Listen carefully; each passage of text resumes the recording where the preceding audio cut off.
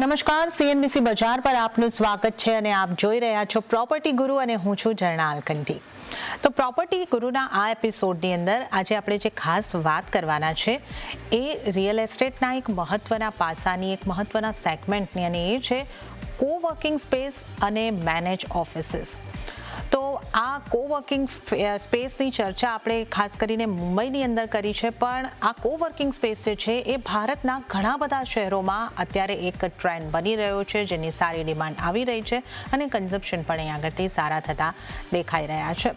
તો ખાસ કરીને અમદાવાદમાં કઈ રીતની સ્થિતિ છે આની, અને અન્ય કયા શહેરોમાં હજી વધારે પોટેન્શિયલ છે કોવર્કિંગ સ્પેસ અને મેનેજ ઓફિસીસનું, એ અંગેની આજે આપણે ખાસ ચર્ચા કરીશું. અને આ ચર્ચામાં આજે મારી સાથે જોડાયા છે આપણા મહેમાન ઉમેશ ઉત્તમચંદાનીજી, જેઓ મેનેજિંગ ડિરેક્ટર છે ડેવેક્સના.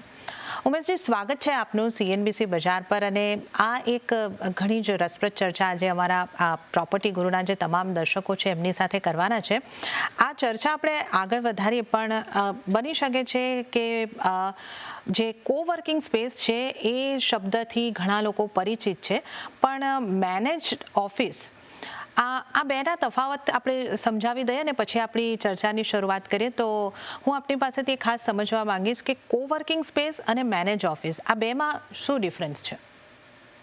Thank you so much show પર બોલાવવા માટે. હું મેનેજિંગ ડિરેક્ટર દેવેક્સ તરીકે જ્યારે બિઝનેસ ચાલુ કર્યું હતું 2017માં, ત્યારે કોવર્કિંગ અને મેનેજ્ડ ઓફિસ સ્પેસ જેવા વર્ડ્સ બહુ ઉપયોગમાં નહોતા. જ્યારે અમે બિઝનેસ ચાલુ કર્યું હતું ત્યારે કોવર્કિંગ સ્પેસ એક ઇન્ડસ્ટ્રી તરીકે જસ્ટ ચાલુ થઈ રહી હતી ઇન્ડિયામાં, અને ગ્લોબલી એક બહુ મોટું ફિનોમિના ચાલુ થયું હતું. ગ્લોબલી એક મોટી ઇન્ડસ્ટ્રી બની ગઈ હતી, જેને જોઈને ઇન્ડિયામાં બી એડોપ્શન બહુ વધી ગયું હતું.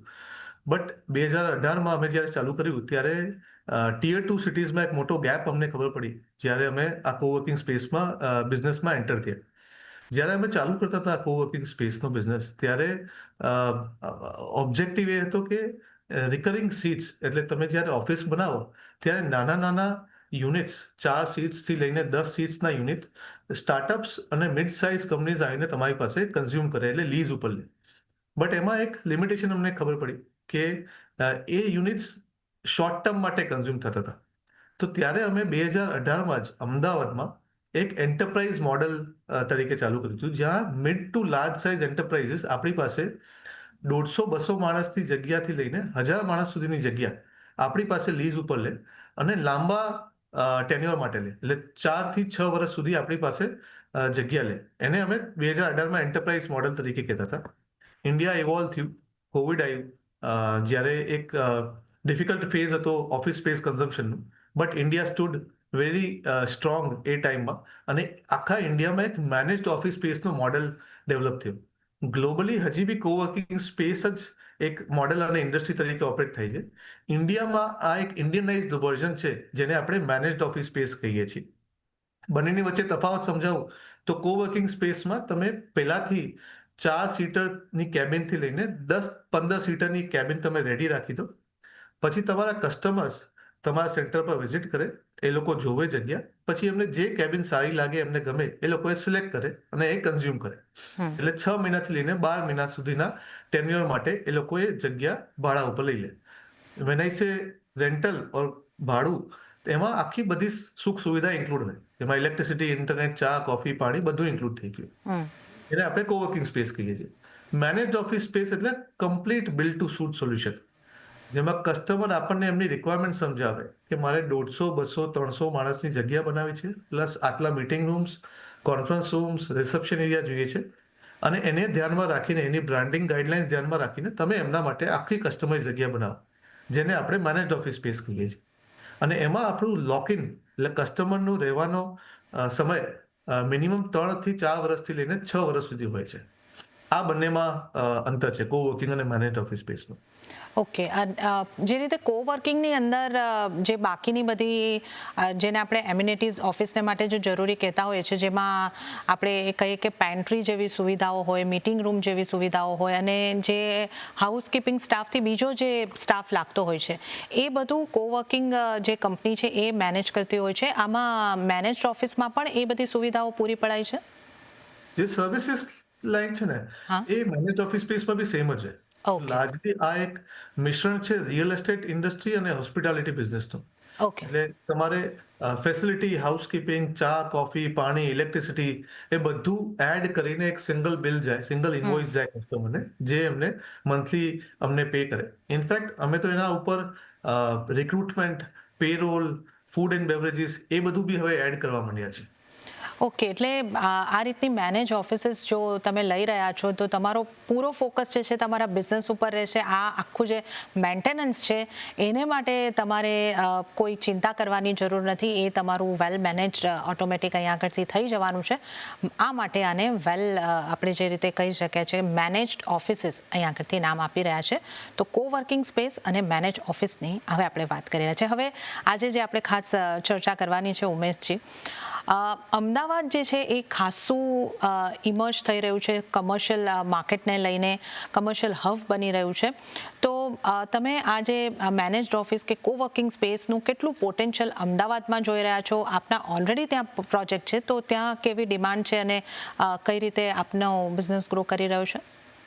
શ્યોર. અમે આજના દિવસમાં એક ટિયર 2 સિટી પ્રેઝન્ટ બ્રાન્ડ છીએ. અક્રોસ ઇન્ડિયા 12 સિટીઝમાં અમારું પ્રેઝન્ટ છે, જેમાંથી 70%, 75% પ્રેઝન્ટ અમારું ટિયર 2 સિટીઝમાં છે, જેમ કે અમદાવાદ, બરોડા, રાજકોટ, સુરત, જયપુર, ઇન્દોર, ઉદયપુર, આ બધી સિટીઝમાં અમે પ્રેઝન્ટ છીએ. એના ઉપરાંત અમે ગિફ્ટ સિટી, પછી મુંબઈ, પુણે, હૈદરાબાદ, દિલ્હી એનસીઆર, આવા ટિયર 1 સિટીઝમાં અમે પ્રેઝન્ટ છીએ. લાર્જલી અમારું ફોકસ ટિયર 2 સિટીઝમાં છે, જેમાં સૌથી મોટું અમારું પ્રેઝન્સ છે અમદાવાદ સિટીઝમાં. અમે 2018માં જ્યારે પહેલું સેન્ટર નાખ્યું હતું, ત્યાં 40,000 સ્ક્વેર ફીટથી ચાલુ કર્યું હતું અને 700 સીટ્સથી ચાલુ કર્યું હતું. જે ક્લોઝેસ્ટ કોમ્પિટિશન હતું અમારું એ ટાઈમે, તે હતું 50 સીટ્સથી. સો અમે એક ન્યૂ એડિશન લાયા હતા ઓફિસ સ્પેસ કન્ઝમ્પશનમાં 2018માં, જે અમારા માટે એક મહત્વપૂર્ણ સ્ટેપ હતો. એના પછી consumption of flexible office space or managed office space 2018થી અમે સ્ટ્રોંગલી જોઈ રહ્યા છીએ કે વધી જ રહ્યું છે. અમારા આયા પછી ઘણા બધા નવા પ્લેયર્સ એડ થયા છે અમદાવાદ સિટીમાં. નેશનલ પ્લેયર્સ બી અમદાવાદમાં એન્ટર થયા છે. સો માર્કેટ મેનેજ્ડ ઓફિસ સ્પેસ અને કોવર્કિંગ સ્પેસનું બહુ વધી રહ્યું છે. આ જે ફ્લેક્સિબલ ઓફિસ સ્પેસ છે ને, એ પ્રાઇમરી લીઝિંગનું સબસેટ કહેવાય. અમદાવાદમાં વર્ષમાં રફલી 1 મિલિયનથી લઈને 1.2 મિલિયન સ્ક્વેર ફીટનું લીઝિંગ થાય છે, જેમાંથી 20થી 25%નું લીઝિંગ ફ્લેક્સિબલ ઓફિસ સ્પેસ દ્વારા થઈ રહ્યું છે આજના દિવસમાં. ઇનફેક્ટ અમે આ ડેફિનેશનને હવે એટલી ચેન્જ કરી રહ્યા છીએ, અમે એટલા ઓપ્ટિમિસ્ટ છીએ અમદાવાદને લઈને, કે અમારું એક નવું સેન્ટર આવી રહ્યું છે અમદાવાદમાં, જે એક સિંગલ લાર્જેસ્ટ કેમ્પસ છે. એટલે ટિયર 2 સિટીઝમાં એક રેકોર્ડ બનાવી રહ્યા છે કે 3.25 લાખ સ્ક્વેર ફીટનું એક સિંગલ મેનેજ્ડ ઓફિસ સ્પેસનું કેમ્પસ બનાવી રહ્યા છે. સો દિન બ દિન, વર્ષ દર વર્ષ ફ્લેક્સિબલ ઓફિસ સ્પેસનું કન્ઝમ્પશન અમદાવાદમાં અને બીજી ટિયર 2 સિટીઝમાં બહુ વધી રહ્યું છે. ઓકે, તો આ આપણે અહીંયા આગળથી વાત કરી રહ્યા છે કે અમદાવાદ અને બીજી ટિયર 2 સિટીઝની અંદર પણ આ મેનેજ ઓફિસીસ અને કોવર્કિંગ સ્પેસની ડિમાન્ડ જે છે એ વધતા આપણે જોઈ રહ્યા છે. ઉમેશજી, અમદાવાદની જ્યારે આપણે વાત કરીએ, ઘણી બધી જીસીસીઝ અહીંયા આગળ આવી રહી છે, એમએનસીઝ અહીંયા આગળ એક્સપાન્શન કરી રહી છે. તો આને કારણે કેટલી ડિમાન્ડ વધી રહી છે, કઈ રીતે તમે જોઈ રહ્યા છો, અને આ ડિમાન્ડને સર્વ કરવામાં આપની કંપની ને કેટલું માર્કેટ કેપ્ચર કરી શકે છે આ ડિમાન્ડને પૂરી કરવામાં? સો આજના દિવસમાં જીસીસીઝ રફલી 7 to 9% એન્યુઅલાઇઝ ગ્રોથ રેટ ઉપર વધી રહ્યું છે. અને એવું માન્યતા છે કે 2030 સુધી આ 14થી 15%નું કન્ટ્રીબ્યુશન કરશે અક્રોસ ઇન્ડિયા, અને 2% of the GDP would be contributed by GCCs in India. અને એમાંથી 25% હિસ્સો ટિયર 2 સિટીઝમાં આવવાનું છે. તો next wave of growth from GCCs એ ટિયર 2 સિટીઝમાં આવવાની છે, અને અમદાવાદ એમાં સૌથી આગળ પડતું છે. લાર્જલી હું કહી શકીશ કે જેટલા બધા ઇનિશિયેટિવ્સ છે જે આપણી ગવર્મેન્ટ લઈ રહી છે, જેમ કે બુલેટ ટ્રેનનું પ્લાનિંગ, પછી કોમનવેલ્થ ગેમ્સનું અનાઉન્સમેન્ટ, ઓલિમ્પિક માટે ઓપ્ટિમિઝમ, અને એક મોટું આપણું ઇન્ફ્રાસ્ટ્રક્ચર વોક ટુ વર્ક, જે આપણે ગિફ્ટ સિટી કહીએ છીએ, આ બધા ઇનિશિયેટિવ્સ બહુ કન્ટ્રીબ્યુટ કર્યા છે પોઝિટિવ તરીકે અમદાવાદને કોમર્શિયલ ઓફિસ સ્પેસ લીઝિંગના માર્કેટમાં આગળ વધારવામાં, જેના કારણે બહારની ઘણી બધી કંપનીઝ હવે અમદાવાદમાં સ્પેસિફિકલી એન્ટર થઈ રહી છે. આપણું કસ્ટમર બેઝ જોઈએ તો જ્યારે આપણે 40,000 સ્ક્વેર ફીટથી ચાલુ કર્યું હતું, તો ત્યારે 2 મોટા ક્લાયન્ટ એવા હતા જે ગ્લોબલી એમનું પ્રેઝન્સ હતું, જેમણે અમદાવાદમાં આપણી સાથે સેન્ટર ચાલુ કર્યું હતું. અને એવી રીતે વધતા વધતા આજના દિવસમાં 20-25% આપણા ક્લાયન્ટ બેઝ અમદાવાદમાં હમ. બધા જીસીસીસ છે. હવે એ લોકોને સોલ્યુશન પ્રોવાઈડ કરવા માટે આપણે ઇન્ફ્રાસ્ટ્રક્ચરની ઉપરાંત, જેમ મેં કીધું, આપણે રિક્રુટમેન્ટ, પેરોલ, ટેકનોલોજી, એ આઈટી નેટવર્ક, એ બધા બી સોલ્યુશન્સ એડ કરી રહ્યા છીએ, સો દેટ એક જીસીસીને અમદાવાદમાં જ્યારે એન્ટર થવું હોય તો એક સિંગલ કંપની તરફથી, એટલે દેવેક્સ તરફથી જ એમને બધું hand hold under single roof મળી જાય. ડેવેક્સના મેનેજિંગ ડિરેક્ટર ઉમેશ ઉત્તમચંદાની. ઉમેશજી, ફરી એક વખત આપનું બ્રેક બાદ સ્વાગત છે. અને આપણે જે ચર્ચા અહીંયા આગળથી કરી રહ્યા હતા, જીસીસીની અમદાવાદમાં એન્ટ્રીની આપણે અહીંયા આગળથી વાત કરી. હવે આપણે જે રીતની ડિમાન્ડ એમના દ્વારા આવતા જોઈ રહ્યા છે, એ મોટા ભાગની ડિમાન્ડ કહેવાય રહ્યું છે કે 50% કરતાં વધારેની ડિમાન્ડ જે છે એ બિલો 50 સીટ્સ માટે આવી રહી છે. તો આને માટે જે મેનેજ ઓફિસીસનો કોન્સેપ્ટ છે એ યોગ્ય છે, કઈ રીતે છે, આ અંગે પણ અમને જણાવશો. સો આને છે ને, ડિમાન્ડને આપણે બે ડિવિઝન્સમાં કરીએ. એક કોમન કન્ઝમ્પશન પેટર્ન જે ઓફિસનું હોય છે, જે ITS industry, manufacturing industry, FMCG industry, જે આપણે ઇન્ડિયન કંપનીઝ છે, જે ગ્રો થઈ રહી છે, એમનું જે કન્ઝમ્પશન પેટર્ન છે ને, એ બહુ સ્ટ્રોંગ થઈ રહ્યું છે હમણાં. Mid to large size companies in India, અમારી પાસે જે કસ્ટમર બેઝ છે એ મિનિમમ 120 સીટથી લઈને 800 સીટ સુધી. એટલે આપણું એવરેજ કસ્ટમર બેઝ 150 સીટ્સનું કહી શકાય. અને મિનિમમ લોકિન જે આપણી સાથે એ લોકો કરે છે એ 42 મંથ્સનું હોય છે. તો એમની ડિમાન્ડ 50 સીટ્સથી ઓછા વાળામાં નથી. રહી વસ્તુ જીસીસીઝ માટે, જે આપણું 25%નું આપણું કન્ઝમ્પશન છે, એમાં નાની નાની ડિમાન્ડ આવી રહી છે, જે 20 સીટથી લઈને 50 સીટ સુધીની હોય છે. બટ એમાં જે એમનું રિક્વાયરમેન્ટ હોય છે એ બહુ કસ્ટમાઇઝ હોય છે. એમની ગ્રોથ પેટર્ન એમને ખ્યાલ નથી હોતો. એ લોકો અહીંયા આરએનડી માટે આવ્યા છે. જેમ કે એક એક્ઝામ્પલ આપું, ઓસ્ટ્રેલિયાની એક કંપની છે, જે લોકો રિટેલમાં ત્યાં બહુ મોટો બિઝનેસ કરી રહી છે. એ લોકો ઇન્ડિયામાં પોતાનું બેક ઓફિસ બનાવી રહ્યા છે.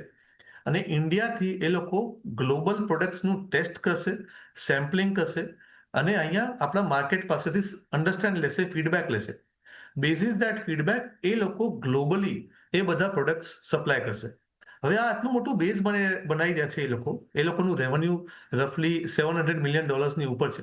બટ ઇન્ડિયામાં જે ઇન્વેન્ટરી, એટલે ઇન ટર્મ્સ ઓફ જે માણસો બેસાડશે, એ 45 થી 50 લોકો હશે. સો કંપની મોટી હશે, બટ ઇન્ડિયામાં સ્ટાર્ટ નાના નંબરથી કરશે અને ધીરે ધીરે એ નંબર વધારતા જશે. સો એના માટે જે કસ્ટમાઇઝેશન કરવું પડે, જે ફ્લેક્સિબિલિટી એડ કરવી પડે, એ બધા મેનેજ ઓફિસ સ્પેસ પ્લેયર જેમ કે દેવેક્સ છે, તો અમદાવાદમાં એક સૌથી મોટું લાર્જેસ્ટ બેઝ છે અને બિગેસ્ટ પ્લેયર છે ગુજરાત રાજ્યમાં. તો અમારી પાસે એક એક્સ્ટ્રા એડવાન્ટેજ છે આ બધી કંપનીઝને કેટર કરવા માટે. ઓકે, તો આ પણ એક અહીં આગળથી આપણે વાત કરી. અને હવે જે ખાસ વાત કરવી છે કે આપ જે રીતે જણાવી રહ્યા હતા કે આપનો એક બહુ મોટો પ્રોજેક્ટ અમદાવાદમાં આપ લાવી રહ્યા છો, નવો પ્રોજેક્ટ. એ પ્રોજેક્ટ વિશે થોડું જણાવો. કયા લોકેશન પર છે? આ લોકેશન કેમ તમે સિલેક્ટ કર્યું છે? આ પ્રોજેક્ટ અંગે થોડી જાણકારી. શ્યોર. સો અમદાવાદમાં આજના દિવસમાં વાત કરીએ તો અમે દરેક માઇક્રો માર્કેટમાં પ્રેઝન્ટ છીએ. માઇક્રો માર્કેટ શું હોય કે એક સ્પેસિફિક ઝોન હોય, જે એક ક્લસ્ટર હોય, જ્યાં 8 ટાઈપની કંપનીઝની ડિમાન્ડ આવતી હોય. સૌથી પહેલા અમે સ્ટાર્ટ કર્યું વસ્ત્રાપુરથી, જ્યાં અમારી પાસે આજના દિવસમાં 1.25 લાખ સ્ક્વેર ફીટની ડિમાન્ડ છે. અને અમે એ જગ્યા 2018થી કન્ઝ્યુમ કરી રહ્યા છીએ. પછી અમે નવી જગ્યા લીધી સિંધુ ભવન રોડ ઉપર, જ્યાં અમારું 2 લાખ સ્ક્વેર ફીટનું કન્ઝમ્પશન છે અને આજના દિવસમાં 95% ઓક્યુપાઈડ છે. પછી અમે જગ્યા લીધી સાયન્સ સિટીમાં 15,000 સ્ક્વેર ફીટનું, જે 100% ઓક્યુપાઈડ છે. આ જે નવું બિલ્ડિંગ છે એ આખું મેનેજ કેમ્પસ છે 3.25 લાખ ફૂટનું, જે ટિયર 2 સિટીઝમાં સૌથી પહેલી વાર બની રહ્યું છે. એક છે મહત્વની વાત કરું સિટીના, શહેરના હિસાબે, તો એક મોટો પ્રોજેક્ટ આવી રહ્યો છે બાય અ કંપની જે અમદાવાદની છે, જે રિસન્ટલી લિસ્ટ થઈ છે. તો ભાવનાના હિસાબે તો આઈ એમ વેરી કોન્ફિડન્ટ અને ઇમોશનલ કે એક અમદાવાદ શહેરથી એક કંપનીએ અમદાવાદ સિટી માટે એક આટલો મોટો પ્રોજેક્ટ નાખ્યો, જે નેશનલ લેવલ ઉપર નામ બનવાનું છે. એક મેનેજ્ડ ઓફિસ કેમ્પસ આટલું મોટું અમદાવાદ શહેરમાં પહેલી વાર બનવા આવ્યું છે. સો આ થયું from an emotional perspective. Numbers પર્સપેક્ટિવથી સમજાવું તો અમારું ફર્સ્ટ હાફ યરલી રિઝલ્ટ અમે હમણાં જ અનાઉન્સ કર્યા, તો અમે 107 કરોડનું રેવન્યુ અનાઉન્સ કર્યું છે ફર્સ્ટ હાફમાં, which is 80% higher compared to the previous year. હવે આ 107 કરોડનો રેવન્યુ હું નેક્સ્ટ યર ખાલી આ અસેટમાં જોઈશ ને, તો એ દર મહિને મારા બુક્સ ઉપર 2.75 crores રેવન્યુ એડ કરશે, આ સિંગલ અસેટ, જે અમારા માટે એક મોટું કન્ટ્રીબ્યુશન થશે. સો એક છે ફ્રોમ અ સિટી પર્સપેક્ટિવ, આપણે નેશનલ મેપમાં આવી જશું જ્યાં મેનેજ્ડ કેમ્પસીસ આટલા મોટા બની રહ્યા છે.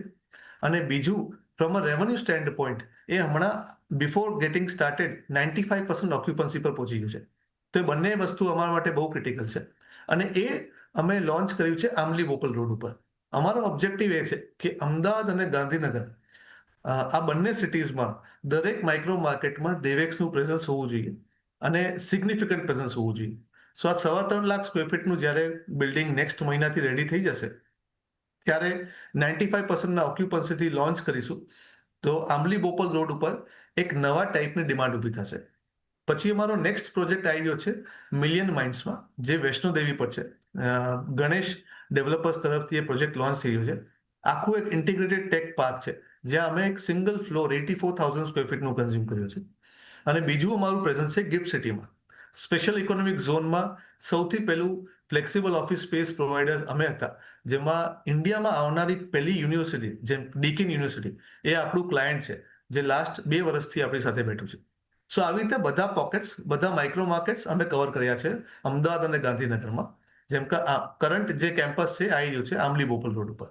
ઓકે, તો નવો આજે મોટા પ્રોજેક્ટની આપણે વાત કરીએ, આંબલી બોપલ રોડ ઉપર અમદાવાદની અંદર આવી રહ્યો છે, અને બાકીના બધા ડિવેક્સના પ્રોજેક્ટ જ્યાં ચાલી રહ્યા છે એનો પણ આપણે અહીંયા આગળથી ઉલ્લેખ કર્યો છે.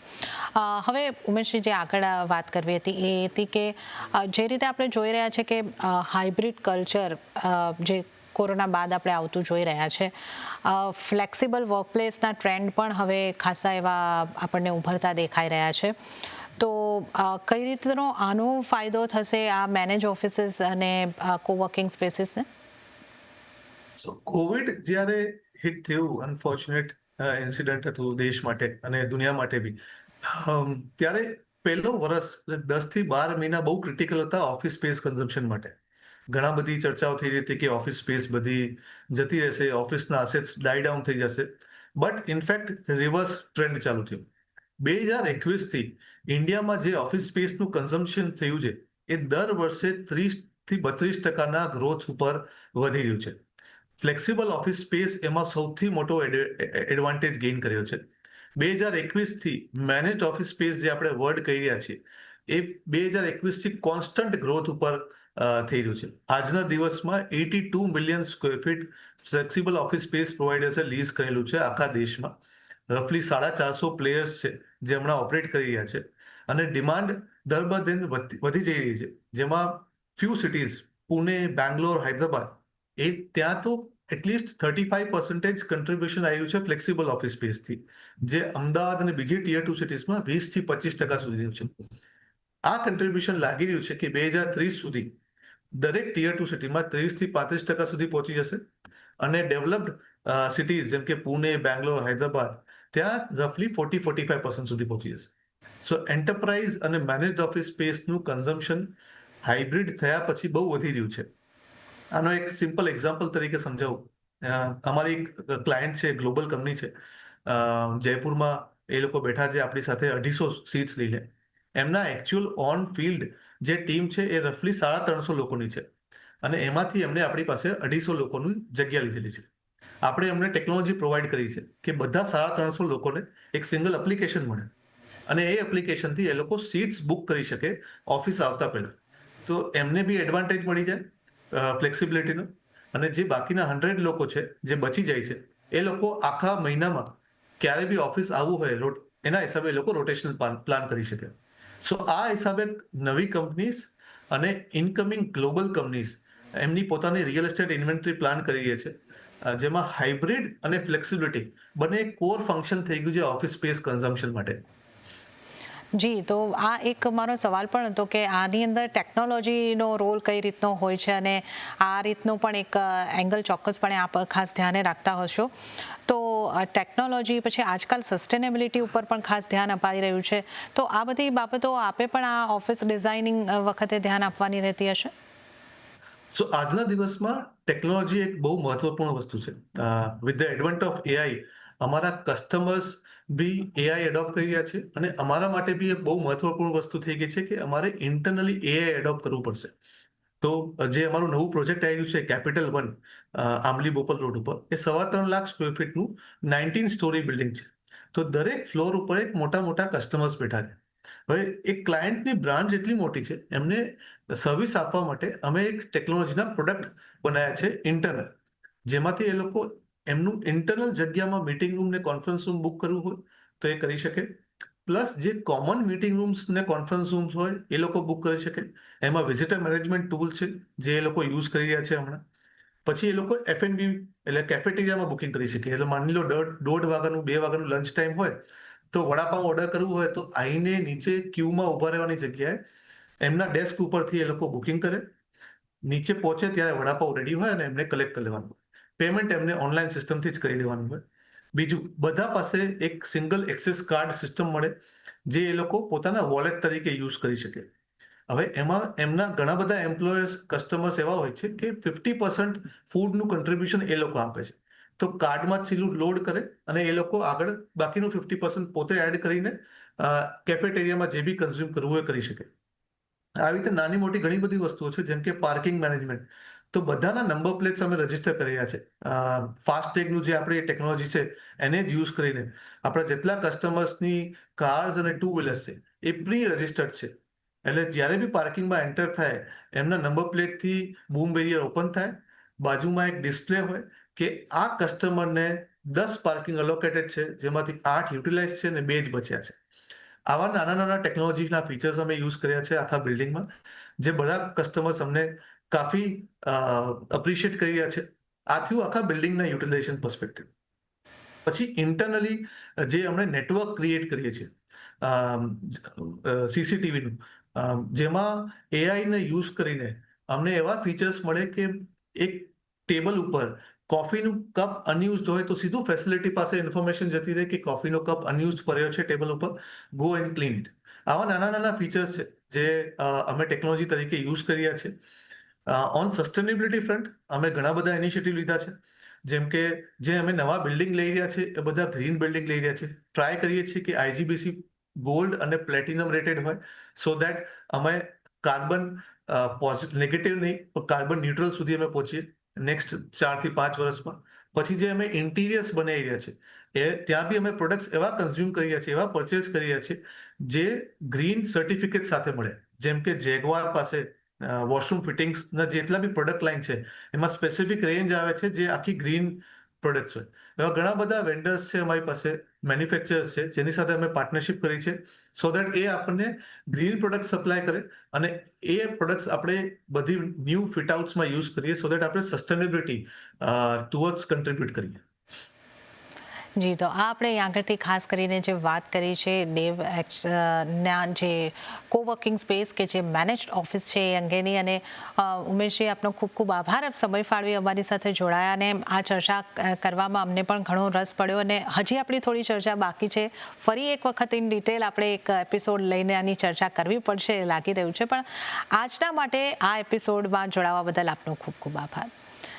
ત્યારે જ પ્રોપર્ટી ગુરુના આ એપિસોડની અંદર એક નવી માહિતી આપવાનો અમે પૂરેપૂરો પ્રયાસ કર્યો, અને આપને ફરીથી જણાવી દઈએ કે આ અંગે વધુ માહિતી જોઈતી હોય અથવા આપના પ્રોપર્ટીને લગતા કોઈ પણ સવાલ હોય તો અમને લખી મોકલો. અમારું ઈમેલ એડ્રેસ છે propertyguru@nw18.com.